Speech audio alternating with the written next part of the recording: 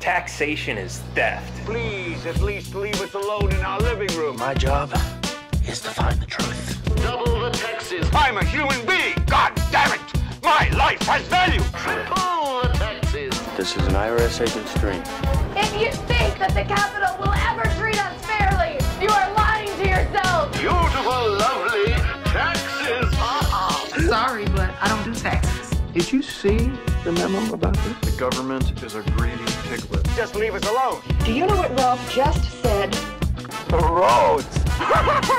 You boys like Mexico? I'm as bad as hell, and I'm not gonna take this anymore. And welcome back to Taxation is Theft Live, where taxation is theft, just like it is everywhere else. Clayton, what's going on? Oh shit! I just realized I screwed something up. But let's keep going for now. I still have somebody else's name on the screen. Well, it was a last-minute Clayton show Hunt. that we threw together. Clayton Hunt. If you don't know who I am, Clayton Hunt. Clayton Hunt District. How you doing? House District. He's running for. I'm typing this in as we go. For House District 145. So, the reason that we kind of just threw this together at the last minute is because we just found out that there's a special election going on. Tell us about it. You know the history better than I do. All right. So I've been kind of on this, and I've been sitting here, predicting this for over a year now. Basically, I live in Texas, which everyone thinks, Texas is a deep red state. It's so Republican. But there's these little pockets of blue in the deep red sea, and it's usually around major cities, and I'm in one of those little deep blue pockets. And basically, in my area, where whoever wins the Democratic primary, that's basically they're going to win the general. The general is just a formality at that point. So my congressman last year announced that he was going to resign and that he was retiring from politics completely. My state senator announced that she was going to run for Congress, for the Democratic nomination for Congress. And basically the way it works is that she won that primary. And the day after, my former general election opponent already announced for state senate. And so basically, long story short, my now former state senator, now congressperson, won her race for the general election. My opponent, they immediately called a special election after that. My opponent, of course, was already running for that race. She won on the first time. There was no runoff. She is the next state senator. And now, basically, we're just waiting for the official word from the governor setting the date of the special election. But it's going to have to happen. It's not a matter of if, but when. So I ran in the general election on the Libertarian banner. I got 10% of the vote, considering the fact that my opponent outraised me by 200%, and I got, outraised, outspent, and still did fairly well for a third-party candidate. I'm going to come into this special election and give it another shot. Nice. So, yeah, it's interesting because there's a lot of people think this is just, I guess the public perception of what an election is and how it works is just kind of like, oh yeah, one person, one vote. And then, but some people, it's kind of like the next level of woke is you start to realize there's things like the electoral college and representative votes. You vote for somebody to vote for you and all this other crap. And then there are all these kind of shenanigans like special elections and all this other stuff, which is really interesting because, everybody shows up for when there's a presidential vote, like where everybody's going to go vote for Dan's taxation and stuff, Berman. There's everybody shows up. Everybody knows about that, and it seems like in the midterm elections, like so that's like 2016, 2018, what we just had in November. Still, like the big primary election, still the same time of year, just 2 years later, like right in between presidential elections. Nobody knows about it. So what? Like half the amount of people show up, which is already like half of the people who are able to vote show up for the main presidential elections. Half of that show up for the midterm elections, and then you have like special elections, runoffs, and all this other stuff that like nobody shows. Nobody knows they're even happening. Nobody goes. These aren't important. When you say nobody goes, so fun fact that my Senate district has set the record for the lowest amount of total votes in a state Senate race in Texas since 1996.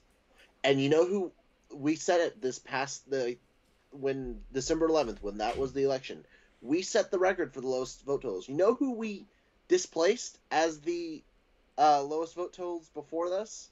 No. Us in 2013 when we had another special election. We beat ourselves. We lowered the bar again. Nice. If this was if this was what was it? If we're talking about lowering it, how low can you go? Are we going limbo? Well, we're like the limbo champs of Texas for state Senate districts. Nice. So what's the actual number? Do you happen to have those numbers, like the actual number of votes, or what percentage, or how many people are in the district? I think it was like 16,000 in 2013, and it's like 15,000 in 20. And it's got to be out of like 120,000 or something, right? More, because like it's like a 5% voter turnout. I mean, wow. It is in special elections. It is ridiculously low. And it's. I will say though, it's not like they didn't like advertise it. My opponent, she raised a lot of funds and she dumped a lot of money into that special election. It's just people don't show up. People don't do it. Yeah. And I hear so often that, well, voting doesn't matter because you're just choosing your master.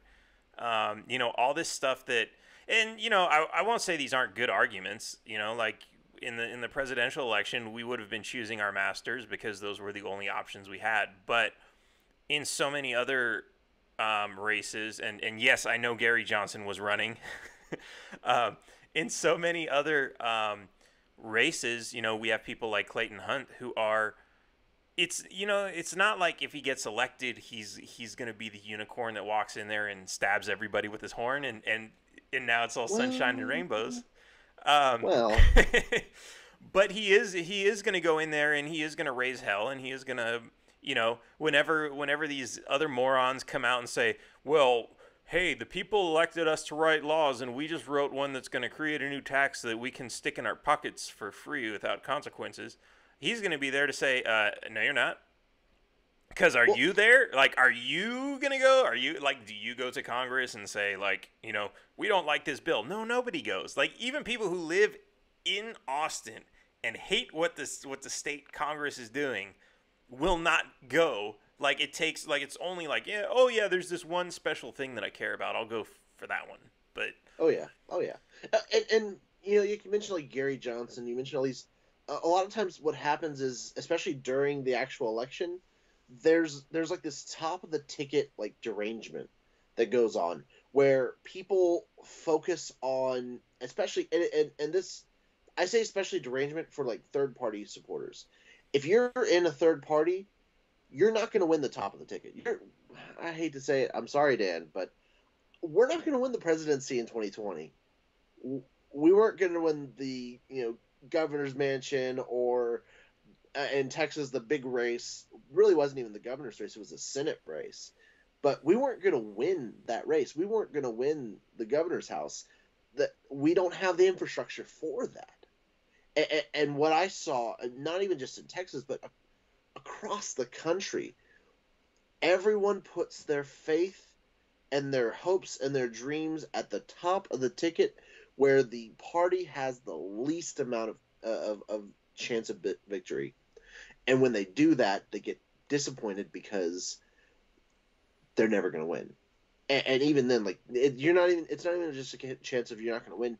You're not going to do very well, because a lot of times the wasted vote syndrome is the strongest there, because that's where people are extra polarized. I remember a few years ago, it was like Greg Abbott versus like Wendy Davis, right? And for the Republicans, Wendy Davis is like the Antichrist. She was pretty much the devil incarnate, walked the earth in pink sneakers, and that was her. And she's running for governor. And you may not like Greg Abbott, but you got to vote for him because it's either him or the devil. And that's like this year with Ted Cruz and Beto. Beto for conservatives was the devil incarnate, and for Democrats, Ted Cruz is the devil incarnate.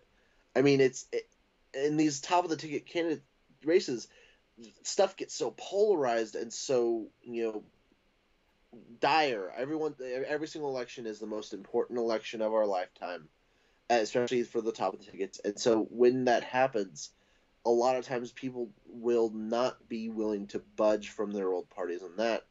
And when we put all our hopes, dreams, effort, time into these top of the ticket candidates and it goes to waste, it kind of, I think the way I see it is it kind of sets the party back. Yeah. Yeah, I definitely agree with that statement, because it's for one thing, you're putting all your faith in a candidate, but you're trying to almost masquerade them as like a normal person when we are completely not normal. I'm a normal person, dude. What the hell are you talking about?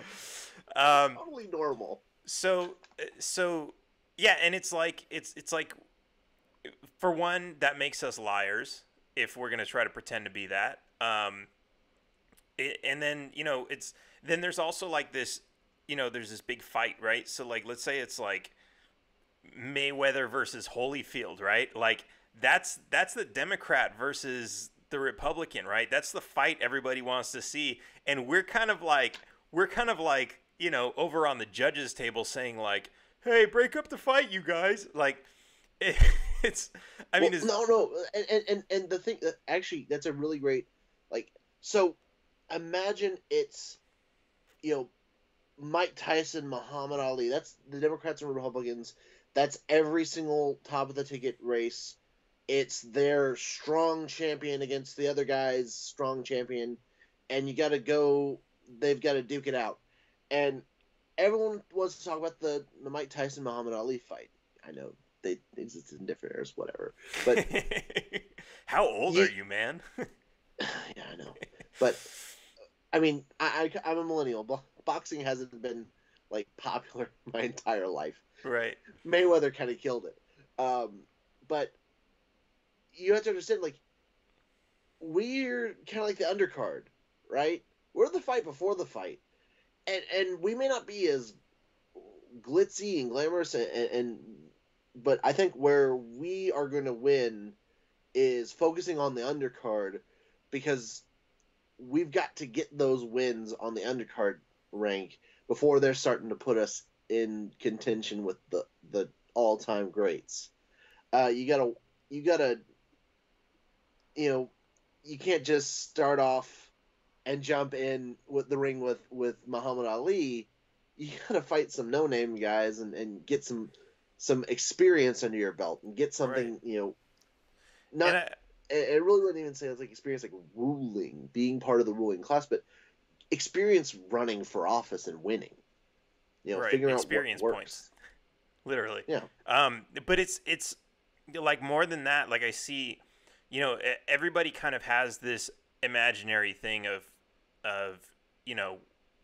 I mean, whether you're talking about the fight analogy or what a president is, everybody has this imaginary kind of vision or framework in their mind of what this is, right? And they look at boxing and they think like, oh yeah, this is all just like wonderful stuff. Like, oh yeah, they train for a couple weeks and then they go get in a fight, when really no, they're in the gym every day. They're practicing and practicing and practicing.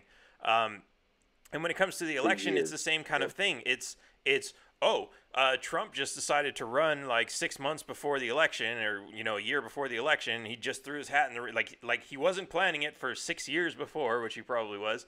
For decades, like literally since like the 80s. He was talking about running for president since the 80s. Probably. And he finally just did it. Yeah. So so on that, like also like people think like, oh, my fighter is going to go in the ring. He's going to dominate the other fighter, and then from that point on, he is the king, and whatever he wants to do will go. And it's like it's like this was the mentality of the wall thing. Like somebody just posted a meme today. Yes, I'm fucking referencing a meme in conversation again. Fuck me. There was a meme that said like it was 2016. Trump says Mexico will build the wall, and then 2017 Mexico will pay us back for the wall, and 2018 is if you don't give me the money for the wall, I'm going to shut down the government. The reality is people thought he was going to go in there like this king champion boxer, the like heavyweight champion that's going to say, oh, we're going to build this wall and we're going to do all these things just because I say so, they're going to happen. And then it's like, oh, wait a minute, that's not happening because he can't do that. There's other people involved with that. There's Congress and all these other people. And that's the reality is, everybody's going to complain about a law that was passed, but nobody's going to like, oh shit, we have more laws banning bump stocks. We have more laws doing this, doing that. And it's like, but wait a minute, Trump was supposed to like be on our side and save us. And it's like, he's not the one writing those laws. Like these are all the other people. And I understand. The bump stocks thing is it's all at his feet because it's ATF. It's not going through Congress. And they were trying to put it through Congress. And they said, wait, we don't have to put it through Congress. We can just have ATF write its own laws and outlaw them by themselves. Shit. That just killed my entire argument. Yeah, no. But no, which, I mean, yeah, like, they can do whatever they want as long as it's bad. Right. Basically. Well, as long as they've, because the reality is Congress already gave them that authority. And that's really I mean, that's how a lot of it happens. Like, Congress says like, oh yeah, you can do this. Like, so what a lot of people, especially like when I argue with people about the tax code back and forth, is like some people come out and they say, look, it says right here you have to pay taxes, and they'll cite the federal regulations. Those are not laws. They were not written by Congress. Congress basically said, here's the IRS. We give power to the IRS, and then we give power to the IRS to write regulations. And so regulations they're not actually law. They're regulations. They're operating procedures for.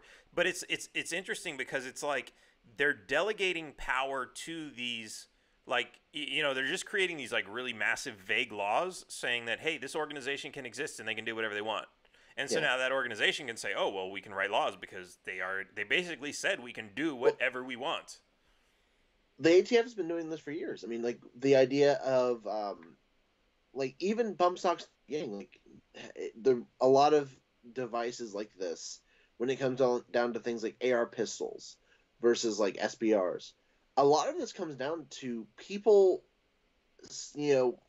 looked at the law, what it says, and then looked at how the ATF is enforcing this, and basically said, hey, ATF, if I do this, and technically it's not in violation of the law, are you gonna shoot my dog, and kick down my door, shoot my dog, burn my house down for this? Things the ATF has historically done to people that violate firearms laws. And basically what the ATF does is it issues like opinion letters saying, well, if you do it like this, then I guess we won't shoot your dog for now. Because again, like you mentioned, these are just. Well, we might change our mind. Yeah, it's not law itself. It's just the way that they're enforcing the already vague laws on the books. And at least when it comes to guns, a lot of it's just because it's purely outdated by technology. And as technology advances, people are just finding loopholes and ways around. Like the idea with like you can't have a rapid fire machine gun, but I can get a device that basically allows me to fire at the same rate of fire as a machine gun, and about as accurate as a machine gun, because machine guns aren't very accurate in the first place.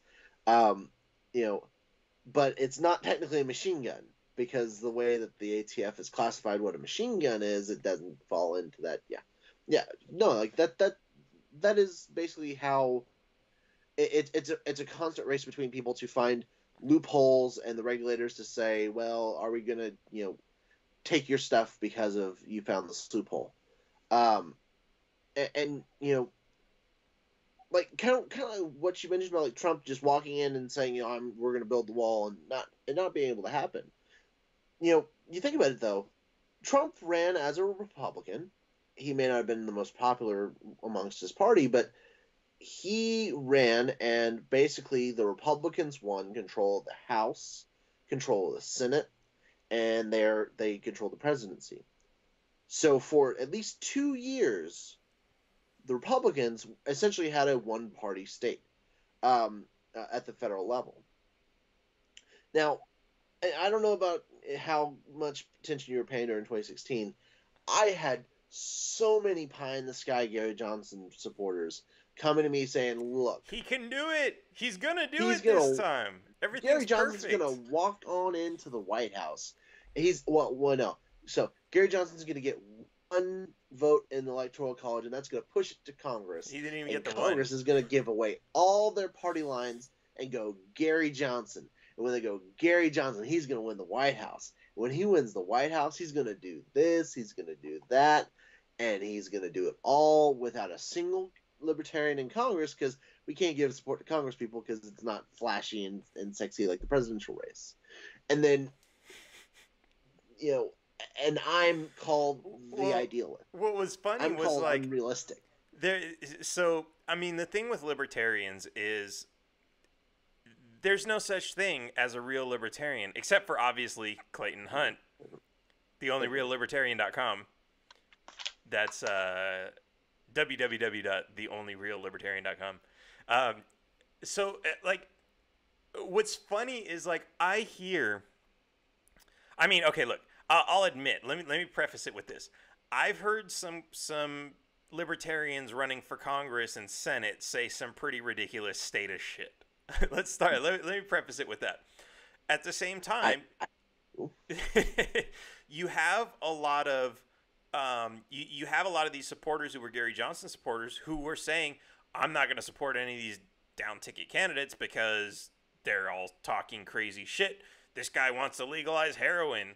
This guy, and it's like, okay, yeah, I know legalizing heroin sounds crazy, but versus the guys who's running against him, who wants to like triple taxes and create like the Space Force and all this other crap.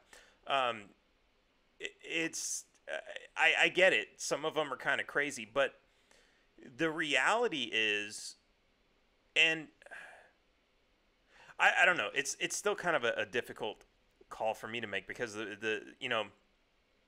what I'd like to see is a lot of kind of the intellectual libertarians running, but instead all they do shit is like blogs and podcasts. Like, what the fuck are we on?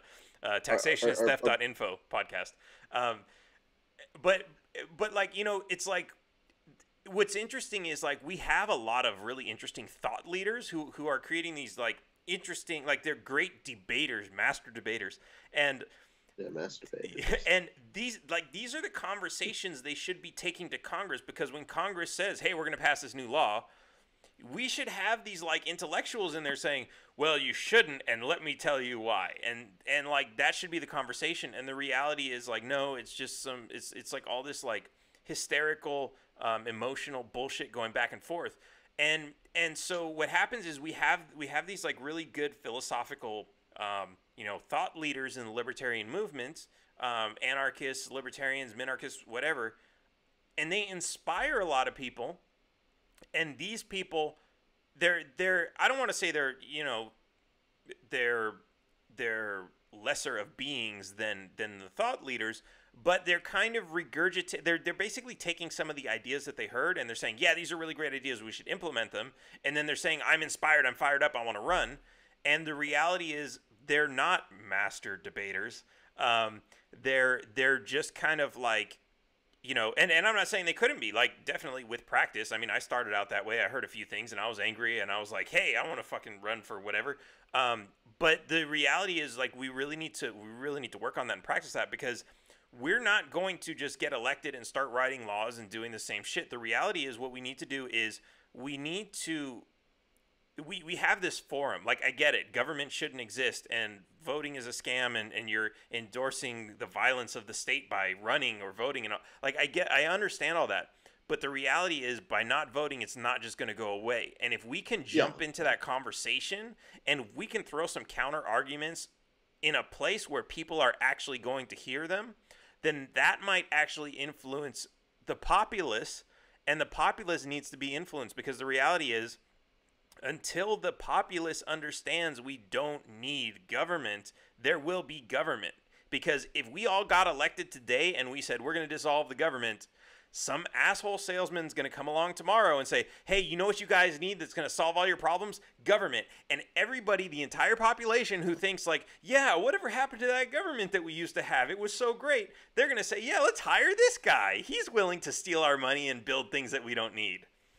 Well, and you know, to those that would say, you know, don't participate because there's no point, it's useless.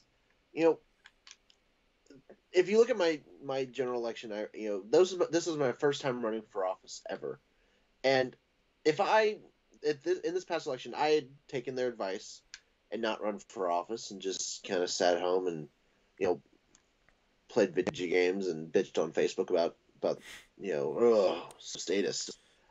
You people running for office, you people voting. Basically, it wouldn't have done anything. Like, if it would have just made it a lot easier on a lot more statist opponent. I mean, she would have had a lot easier time. She would have been able to, you know, focus fully on running for the state senate and not have to worry about running for state house, because she'd be the only name on the ballot again, like she had been for time and time again in the past years. I mean, it would have just made it so much easier for her. But because I did run, she actually did have to spend money on signs for her state house race and making sure they're distributed and making sure that there's people that are going to vote for her. Because if no one knew to vote for her for state house, they're all looking for state senate, then basically I could have won. So she had to take time, energy, and resources and put it towards running again in this race that she's not used to running for. Again, she has not had an opponent for years. Like, I made my opponent actually have to do something. And that may not be, you know, standing outside the White House waving a black and yellow flag while pulling the rope for the guillotine to you know, behead the last politician. But that's where it starts.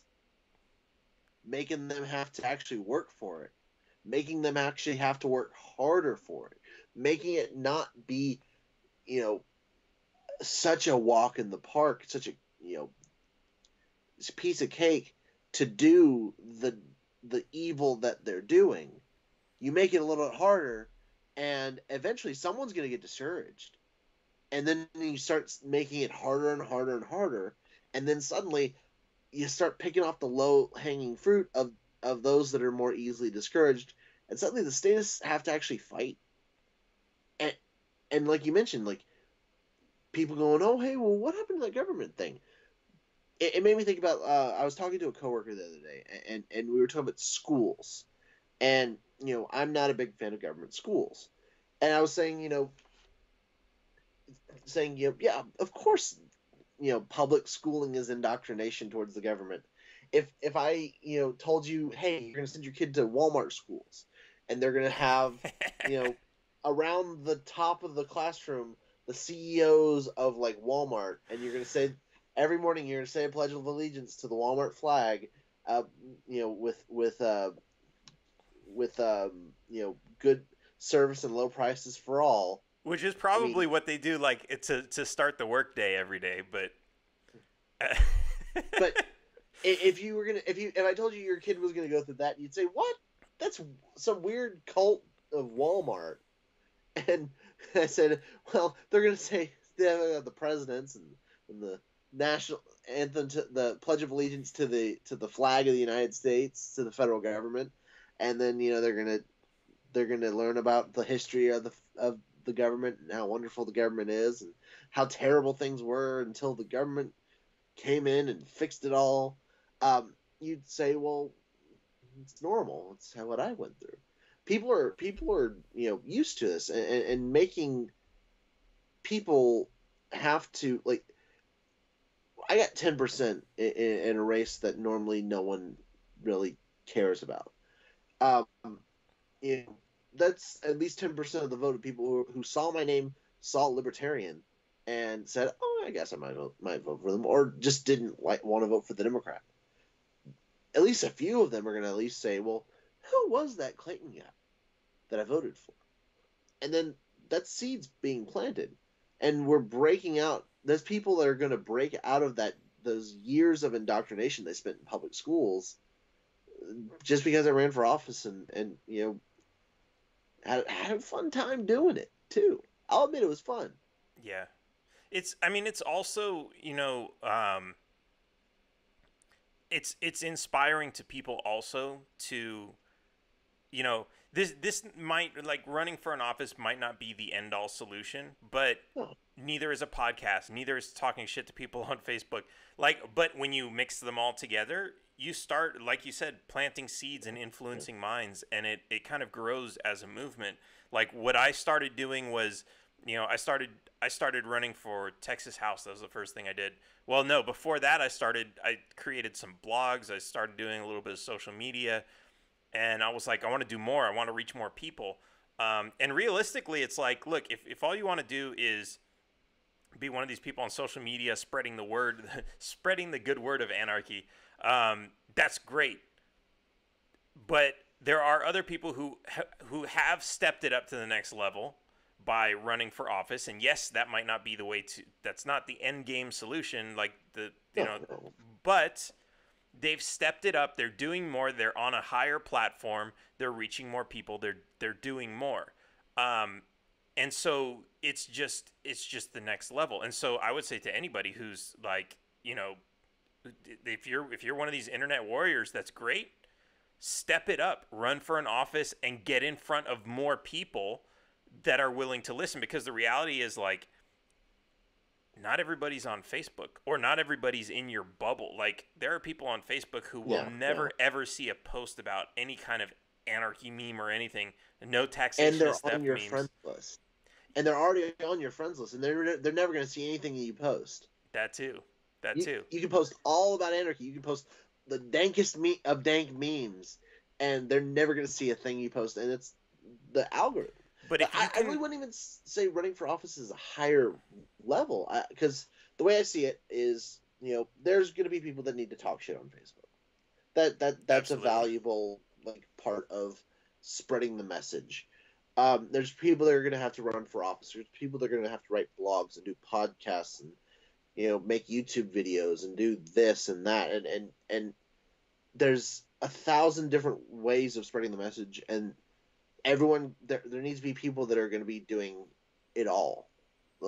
Someone's got to do the talk shit on Facebook. Someone's got to write blogs. Someone's got to make podcasts. Someone's got to run for office. Someone's got to run the party. I think where, like, my critiques come in is that things like someone's got to talk shit on Facebook it's not that it's on a lower level, it's that it's got a lower barrier of entry to actually doing it. So a lot of people tend to push towards that because it's easier. Sure. And it's easier to start talking shit on Facebook. You're going to run into some familial problems at first, maybe. Great grandma saw your post about what's this crap you're posting about the police? Yeah. Don't you back the blue? I can't believe you don't stand for the Pledge of Allegiance. Back in my day, that's a hangable offense. Yeah. There's all kinds of different ways. And realistically, like, literally standing on a soapbox outside of a Walmart with a megaphone preaching the word of anarchy is like, it's not a bad thing. It's another thing. Like, you know, you're going to piss some people off and some people are going to like it. Some people are going to hear it.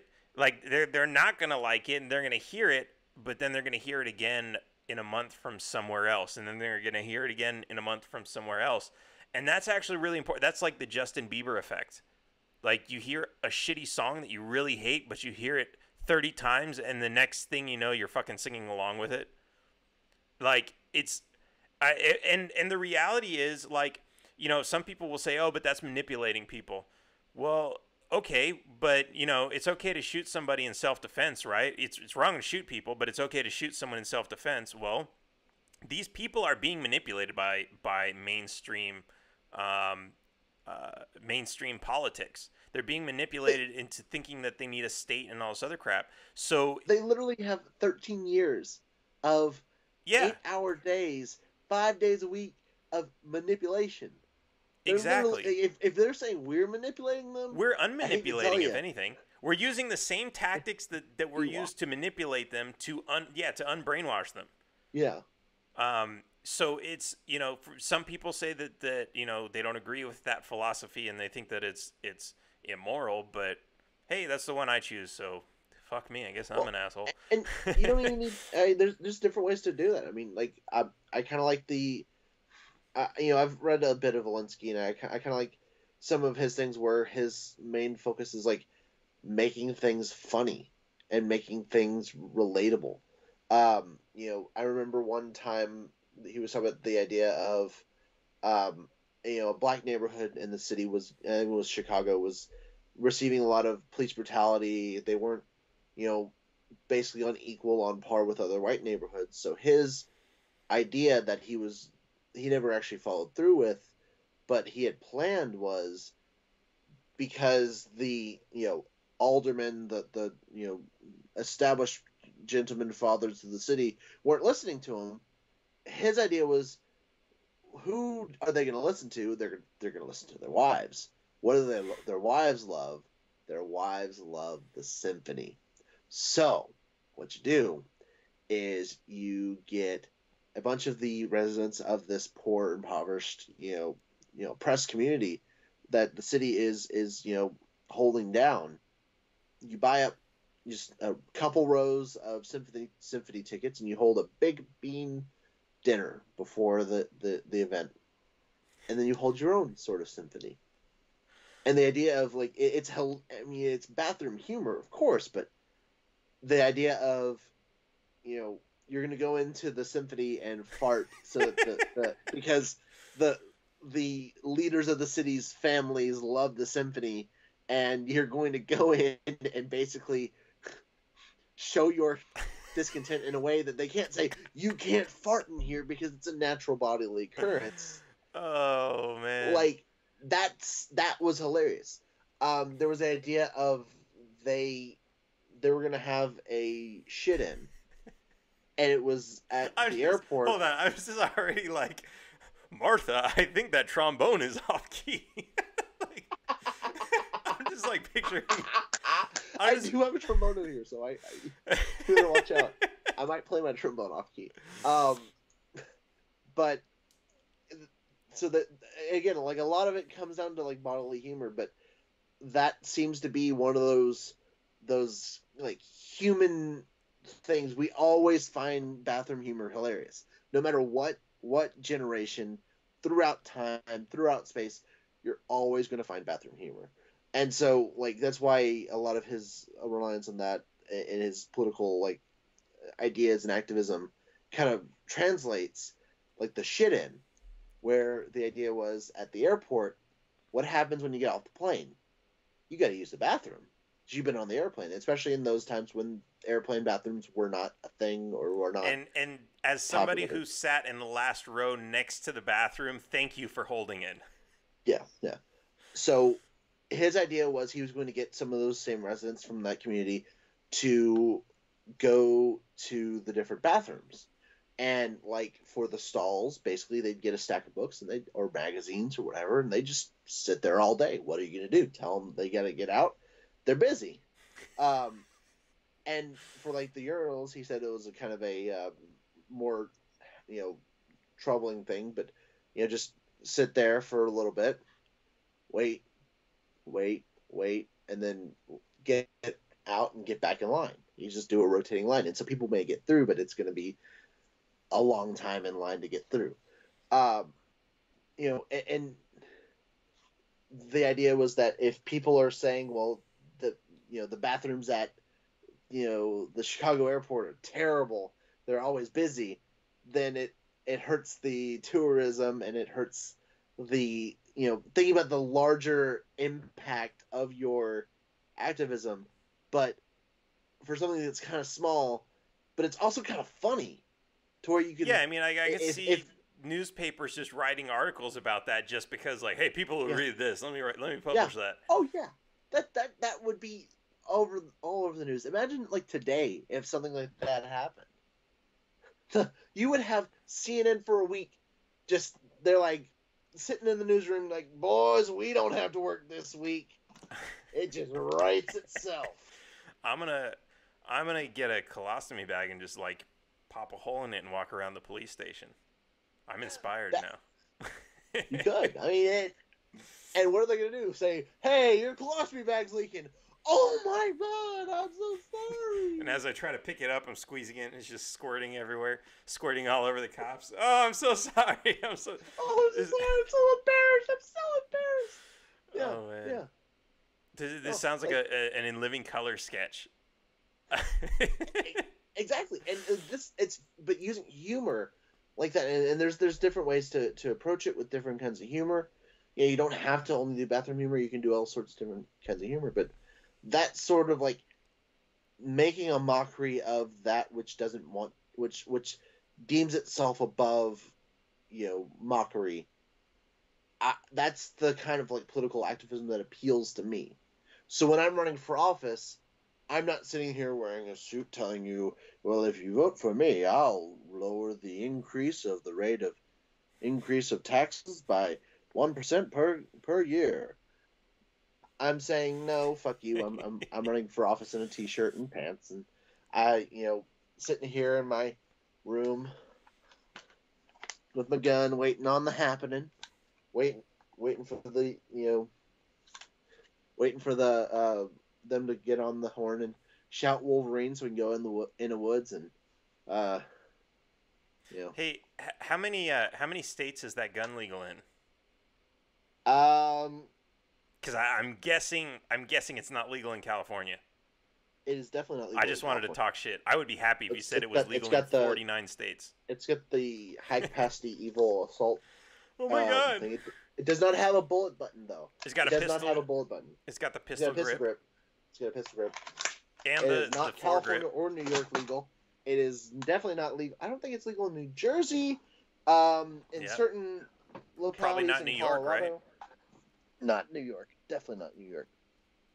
I saw an interesting meme today. Yes, there I go, referencing a meme again. It was a picture of a cop. I just gotta say, Desiree and Rod Weber are going off like crazy in the comments right now, with some pretty awesome stuff. They said don't plant seeds, plant spores. Plant pigs. Yeah. So this not meme. Not yet. We're getting there. This meme was it had a cop with an assault rifle, so-called assault rifle, and the meme said, "Why do people?" It said, "Why do people need assault rifles?" And then it said, "Well, why do police need assault rifles? Because people face the same problems as the police, except the people are always there before the police get there. So if the police need assault rifles, why shouldn't the people have them?" I thought that was a pretty good way to rationalize it.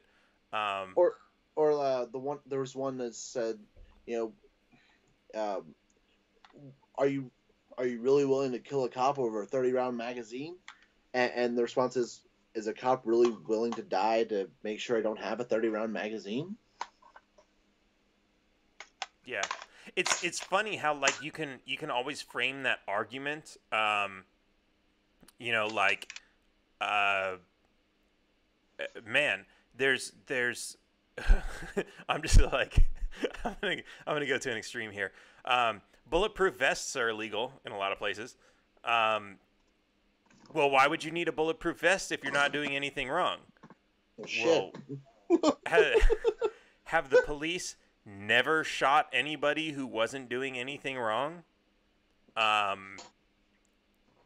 course, all the time.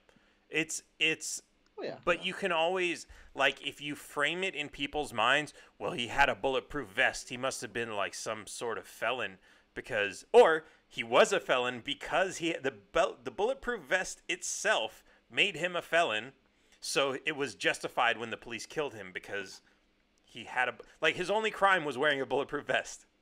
It's like getting arrested for resisting arrest. Exactly. Which, fun fact, so the new DA, and that was my gun following. The new DA in Boston actually has a list of offenses she will not accept charges for. Oh, I saw that. And one of those is standalone resisting arrest charges.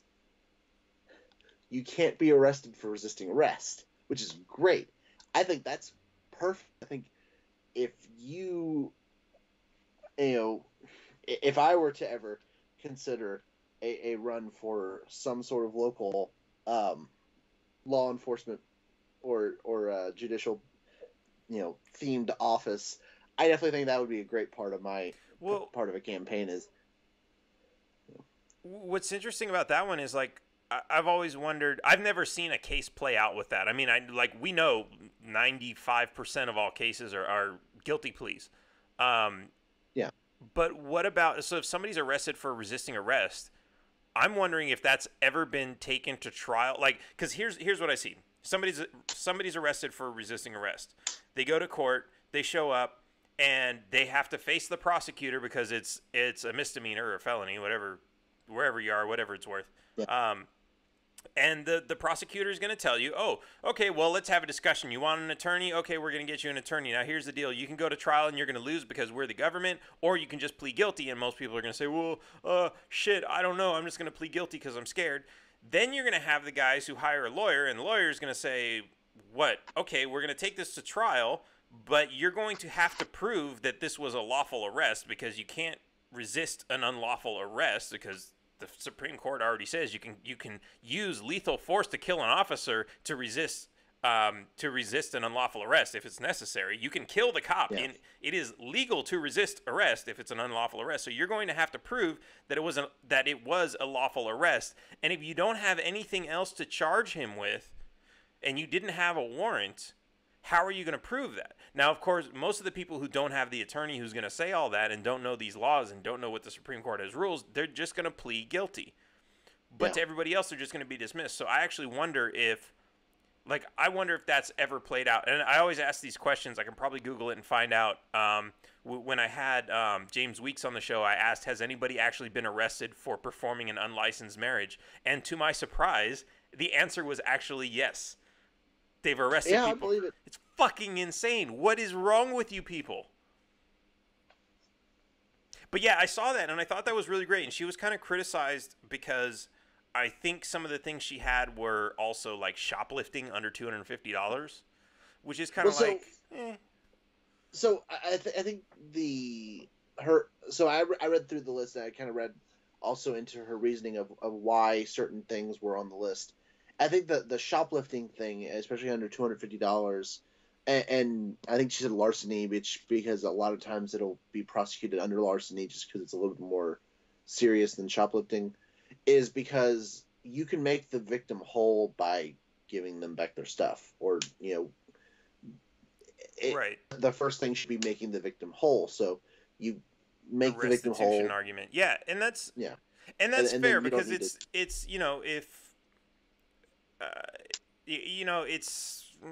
I mean, I guess the idea is maybe some sort of punitive damage to prevent it from happening again. But the reality is, if we look at, let's say you have a renter. Let's say you're a landlord and you have a renter, and the renter moves out, and they just totally trash the apartment. They pull all the walls down and they wreck the place, right? That's not like, yeah, the police aren't going to do anything about that. They're not going to arrest the guy. They're going to say, well, that's a civil issue. You're going to have to sue him. And it's up to the landlord to take that person to court. And I think that, like, when we talk about shoplifting and a lot of these crimes like this, it should be on, because we're talking about resources here. We're talking about tax money, right? Now, I get that, like, we want to discourage people from stealing, which is really a great idea. But you have, like, you have a company like Walmart. Walmart probably gets robbed like 100 times a day. Small things, right? Do we want the government, our taxpayers, to basically, because so many people hate Walmart anyway, right? Like, oh yeah, they don't pay their employees enough. They have all these excuses to hate Walmart. Do you really want your tax money then paying to protect Walmart and to find the criminals? Or do you want Walmart to use some of the, because they're already using their profit to insure their losses. So if somebody steals from them, no big deal. Why not make them, if you want to prosecute these people, you take them to court, you sue them, you pay for the prosecutor, you pay to get your items back from this person, or to get repaid from this person. And an even bigger one is the movie industry, where, you know, the government spends, I don't know how many millions or billions of dollars going around the world looking for counterfeiters to stop, you know, movie bootleggers. They're spending our money to protect private corporations and their interests. Now, I get the idea, and we could debate all day about whether IP is even property or not, but I get the idea that we're trying to protect people from stealing, whether or not stealing is, you know, whatever. We're trying to protect people from stealing stuff, but the people who are not being stolen from because they're not involved in a business that's that easy to steal from are having to pay for the protection of massive corporations who make billions of dollars in profit. Oh, yeah. The poor people are now paying for the rich people's protection, and that to me is completely stupid. Well, that's kind of the way a lot of taxes work. I mean, we talk about taxing corporations, but I mean, really, at the end of the day, who pays the bill? Who pays the bill for taxes, especially tax increases? The working poor. I mean, you know, the people who are getting their guns confiscated are paying armed guards to protect the Congress people. Yeah, it's so fucking backwards. Yeah, exactly. Like, I mean, if I go to Walmart and say, okay, Walmart, we're gonna put a 10%, we're gonna raise your taxes 10%. They go, okay. Looks like we gotta raise prices. And yeah, they don't want to raise prices. Yeah, that they may, or it may not necessarily just straight up raise prices. They may just lower the size of their products so they can give them the same price, but give you a little bit less. They're gonna make their money somehow.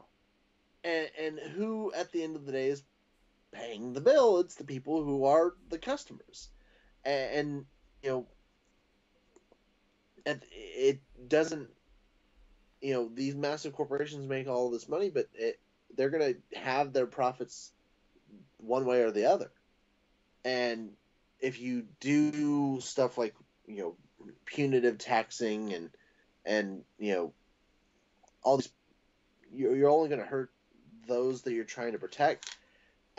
And, you know, when you enact all these laws that basically protect things like IP that are, you know, super strict on, you know, small thefts, you're really only protecting those that are massively wealthy at the expense of those who are desperately poor. And that's kind of the way the government works, is it does socialize a lot of costs and without, you know, any of the socialization of the end results from that. Yeah. Man, it's I don't know. I'm like, okay, I need to lower my blood pressure here for a minute. Yeah, it's you know, when you talk about like the ratio of, you know, the idea is make someone whole, right? Like that's the whole concept of a civil suit. And now somebody's been bootlegging your movie and they stole $10 from you. And here's the thing, like the person who this is, you can't even calculate it. Look, because realistically, right? Let's say somebody buys a bootleg of Finding Nemo for $5 on the street, right? Yeah. What's going to happen to that movie, right? Do you really think that if those bootleggers were there, that person is not going to go spend $20 on the full official DVD on full retail price? Because they might just say that's too expensive. I'm not going to spend that money. So it's not like you lost that $20 sale. But on top of that, you have now a market where people who can't, like maybe they want to save the $15, maybe they can't afford the extra $15. So they're buying Finding Nemo and they show it to their kids, and now their kids are like, well, hey, you know, next time mom's shopping for like cereal, and then there's like, oh, look, here's the Finding Nemo Rice Krispies. I don't know what fucking branding they have, but I'm sure, like, you know, they put like whatever, there's branded cereals, there's branded stuff, maybe there's a toy at the checkout lane or you know, whatever it is, and it's got Nemo on it, and it's like, mommy, I want this.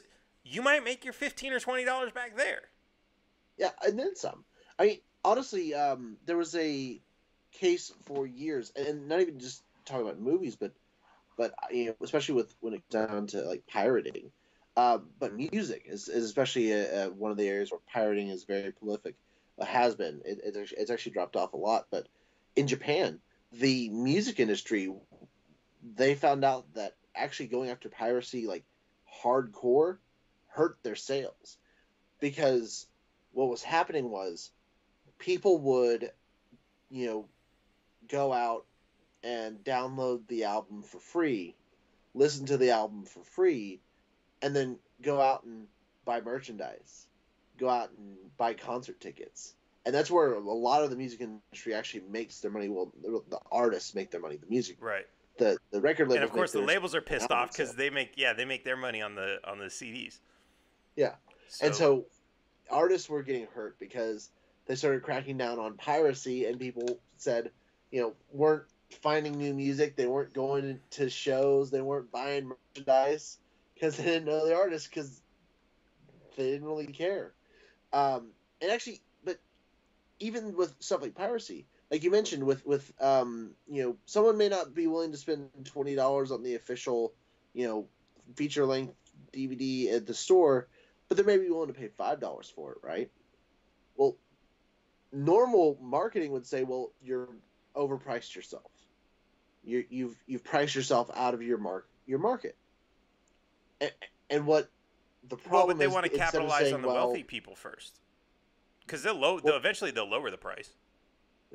But instead of saying, well, you know, we've kind of had a bad business model, they say, oh, hey, government, we want to keep our bad business model. Like, will you come in and punish these people because we want to have a bad business model? And government goes, okay, I guess I'll go punish some people who crack some shells, because that's the way government is. And, you know, what I'm actually seeing is, and what's really happening is, that's killing piracy, is Spotify.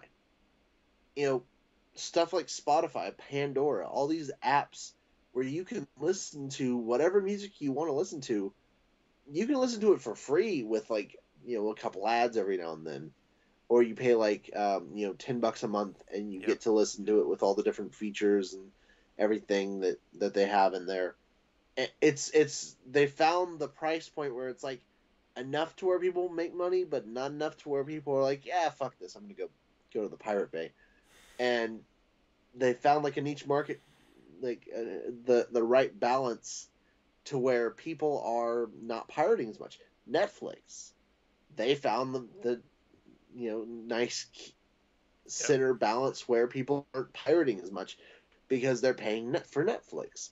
I mean, I think Netflix finally like surpassed porn on total network traffic on the internet. You know, I don't believe that. I no, believe me, like it was very recently. Maybe it's because they got 4K now. But it's very recently, but the fact is that when your market is telling you your current business model is not in with the times, your business model is outdated, which is what piracy was telling to the movie industry, towards record labels, towards TV show, all sorts of parts of Hollywood. That's what piracy was telling them, was your business model is not working for the current technology. And at first, the reaction was the Digital Millennium Copyright Act, and that was, we're gonna hold on to this business model. You can have it from our cold, dead hands. And eventually, over time, they started having to realize that technology itself was just unstoppable, and they were going to adapt or die. And that's why you see all these different, legitimate streaming services that have popped up that essentially kind of all do the same thing, because that's what the market is saying. We want this. I don't want to have to, host, a terabyte of movies and music on my hard drive. I want to just pull it up on the computer and watch it when I want to watch it. Right. That's what people are saying. That's even happening for video games. There's a service that will allow you to port in through your regular old janky computer into a gaming computer, and basically you can play a high level gaming computer on your janky computer and basically do that remotely. And that's the kind of stuff that's happening. It's kind of how everyone was talking about Uber everything. There's going to be a Netflix of everything. Wow.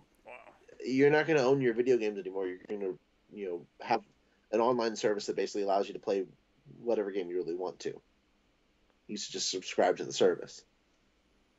Yeah, or you're going to be like pressing fucking buttons on your phone and then like, hey, watch an ad. Hey, buy this for 99 cents. Like, I don't want to tell you what kind of shitty games I'm playing, but oh no, I totally understand microtransactions. I've played some mobile games before. I definitely understand. That's a fascinating market right there. Oh yeah, no, but I think it's kind of gonna hit. You're gonna hit. So you think about like Hulu though, right? So Hulu, you can watch it for free, and there's limited stuff. There's stuff you can't watch. But you can watch a lot of stuff for free. They won't send it to Mexico. I'm not allowed to watch it, and not even through a VPN. They've got the VPNs all blacklisted. Yeah, I know. Believe me, I remember I was heavily on VPNs. I was trying to watch Netflix, and I was like, oh wait, it won't let me watch Netflix. Why? Man, at least Netflix has. I think it's technically a separate service. I don't know if my Netflix account. So I have a Mexican Netflix account. I don't know if it'll work in the U.S., but it's that stuff is all mind blowing to me. Like, and I'm not even sure the reason for some of these things. Like, I know, like, some I guess like they've got like contracts between like the producers of the shows and like some other shit, but. Yeah. It's not like the content is illegal in another country. I don't know why they can't just say, like, it sucks because, we talk about like borders are completely unnecessary, but then we see like these high tech companies that are kind of, they're getting over the hurdles of like these problems that we're talking about, like piracy, and, they're solving the world's problems with technology, and the internet is like so wonderful because the internet has no borders, but at the same time, they're sticking borders on these new technologies. And it's like, guys, fucking get over it. There's money to be made in every country. Well, but you notice things like VPNs, right? That's, if you can use a VPN with like Netflix, because mine, it was just telling me like, are you sure you're in this country or whatever? But you can like use a VPN with Netflix and get around that border. You're essentially, it's kind of like the olden days of piracy. It's like you're digging a tunnel under the border and smuggling data through a digital pipe. Well, but even then, like the limited access of things like that. I mean, you look at because it didn't, like, Netflix lowered piracy. It definitely made it less prevalent, but it didn't go away. There's still reasons to pirate things. There's still, like, it's not available on Netflix. It's not available on Hulu or Amazon Prime Video or whatever. It's not available where I'm at. So I need to pirate it because it's the only way I can find it. Hypothetically, of course. There's things that, hypothetically. Like, hypothetically, I've been wanting to watch I think it was like a Showtime thing, The Masters of Horror. So I heard there's a lot of really good episodes in that series. And it's not on Showtime, it's not on Hulu, it's not on Amazon Prime Video, it's not on Netflix. I don't know where to find it. Well, hypothetically, you might be able to get it on a pirating website somewhere. And what's interesting about that too is, like, and this goes back into the contracts that, like, these networks have with the affiliates. I won't say how I know this, but I have a little bit of insight into that industry. It's like, so you have this kind of trap where a lot of the networks, like, let's say you go to HBO or Showtime or, I don't know, Fox News, Comedy Central, like, a lot of these, like, basic cable channels, you can, like, they have a lot of their shows online for you to watch. Yeah.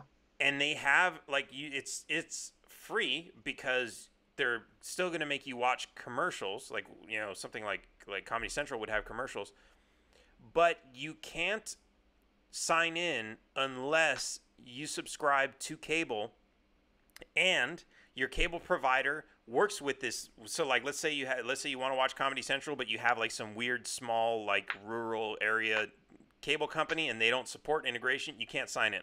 You're screwed. Yeah. If you have Cox Cable, Time Warner, any of those, you can sign in.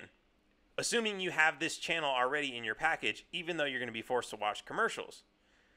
Oh, yeah. And they won't, because it's like, everyone's been asking for a la carte, right? I don't want 500 channels. I had this problem, like, when I don't even have cable anymore, but I used to, and I wanted 2 channels, Cartoon Network and Comedy Central. That's all I wanted. That's all I wanted to watch.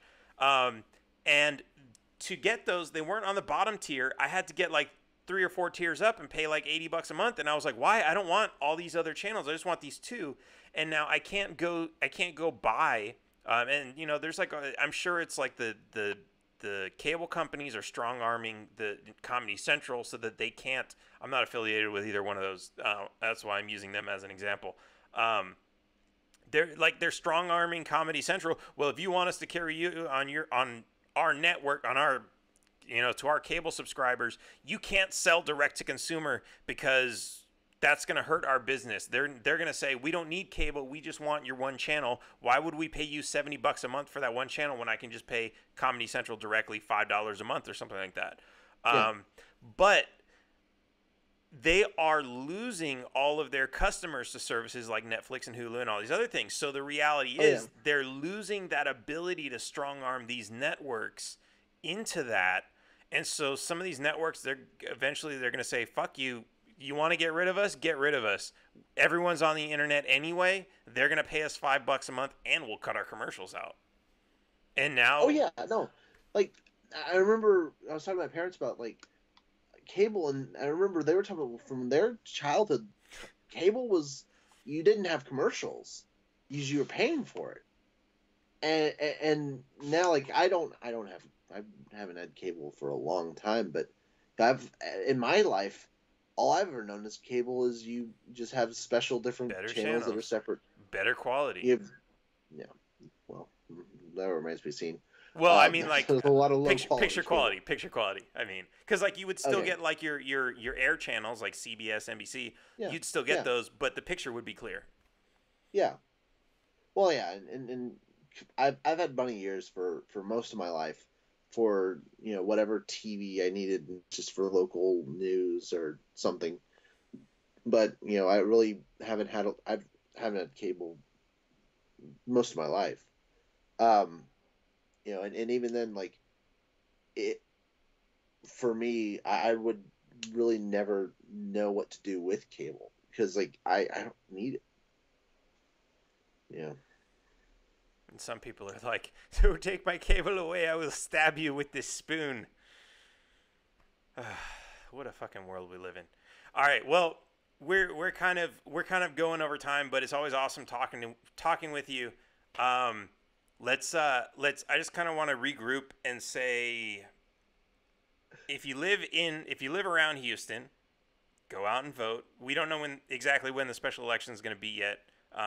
We'll probably have you on again before the actual election to get the word out about that. But go participate. You have me on the election when we call the revolution, right? Have me back on before the election if we call the revolution. Yes, if we call, I We're will calling the definitely. revolution. Well, there is a revolution. Should I say fomenting?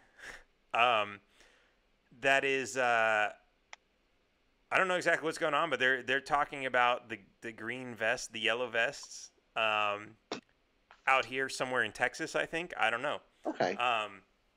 So we're trying to get some more information on that, and we'll do a little broadcast and bring you the news. But yeah. So I wanna get everyone to follow you on theonlyreallibertarian.com, because you are theonlyreallibertarian.com, except for me, because I'm like, I guess I'm. I lost you. I'm a surreal. Can I say I'm a surreal libertarian if you're the only real libertarian? Sure. Okay. I'll take that. So theonlyreallibertarian.com, and what else? You've got your Facebook page. Clayton Hunt Libertarian. Clayton Hunt Libertarian on Twitter. Clayton Hunt Libertarian on Instagram. Basically, I'm Clayton Hunt. I'm Libertarian. Just put the two words together wherever you find them. Yeah. If you're looking for Clayton Hunt the Libertarian, you can put Clayton Hunt Libertarian anywhere. And yeah, basically just follow me on Facebook, follow me on Twitter, follow me on Instagram. Check out my campaign page if you want to look. I'm on CrowdPack. Because that's been one of my more favorite fundraising sites, because it kind of allows you to view like where your donations are going to campaigns. Also, they're really good with helping smaller candidates raise funds and be more active. If you're looking for my inevitable special election, whatever they call it, I'm going to be running for House District 145 in Houston. It's Houston, South Houston, Pasadena, in like the South Bend, Ellington area. So if you're in that area of Houston, or you know someone in that area of Houston, and they're registered to vote, tell them to go vote, because realistically, this could come down to 1,000 votes. A couple hundred votes here or a couple hundred votes there could be the determining of this election. And if you don't vote because you hate the system and you don't want to participate in it, I mean, it's not like you're making the government bigger by voting. You might as well just waste a couple minutes and throw a stick in their spokes, right? Yeah. Thumb your nose at the system. Yeah, go give them the finger. If you can't stand the government, you think, voting is terrible, it's status, it's evil. Basically, think of voting for me as thumbing your nose at the system, saying "nana nana boo boo, stick your head in doo doo," and that's all you're doing. And or go spit on the machine, or stick gum in the slot where they stick it. Like I'm not seriously asking you to go damage government property, of course. Actually, it's not their property; it's private property. I think they lease them or they rent them from like a whatever. Anyway. Disclaimer, I'm not actually asking you to do this, but I mean, go destroy the machines or something, whatever you want, hypothetically. Yeah, you could hypothetically destroy the machine pretty well. Yeah, or spit on it, or just do the shit in, just do the leaky colostomy bag, whatever you want to do. Yeah. I wonder if like a really strong magnet will work. You do have an excuse to not bring your phone in. You'd need a magnetron. I don't even know that's a real thing. But I'm not sure. I'm just hypothetically. I'm just curious and thinking out loud to myself. I wonder if a really strong magnet would work on that, but I don't know. I'll never know. Nobody uses magnetic hard drives anymore. Well, wait, no, it's the government. The government. They could They could be using 45-year-old hard drives in there for all I know. Yeah. Yeah. All right. Well, Clayton, it's been awesome having you on again. Again, this podcast is available on taxationstheft.info, and you can go get some swag on taxationstheft.cards. And Clayton, what is taxation? Theft. Damn right it is. All right. I'll see you guys again soon. Taxation is theft. Taxation is theft. Please, at least leave us alone in our living room. My job is to find the truth. Double the taxes. I'm a human being. God damn it. My life has value. Triple the taxes. This is an IRS agent's dream. If you think that the Capitol will ever treat us fairly, you are lying to yourself. Beautiful, lovely taxes. Sorry, but I don't do taxes. Did you see the memo about this? The government is a greedy piglet. Just leave us alone. Do you know what Ralph just said? The roads.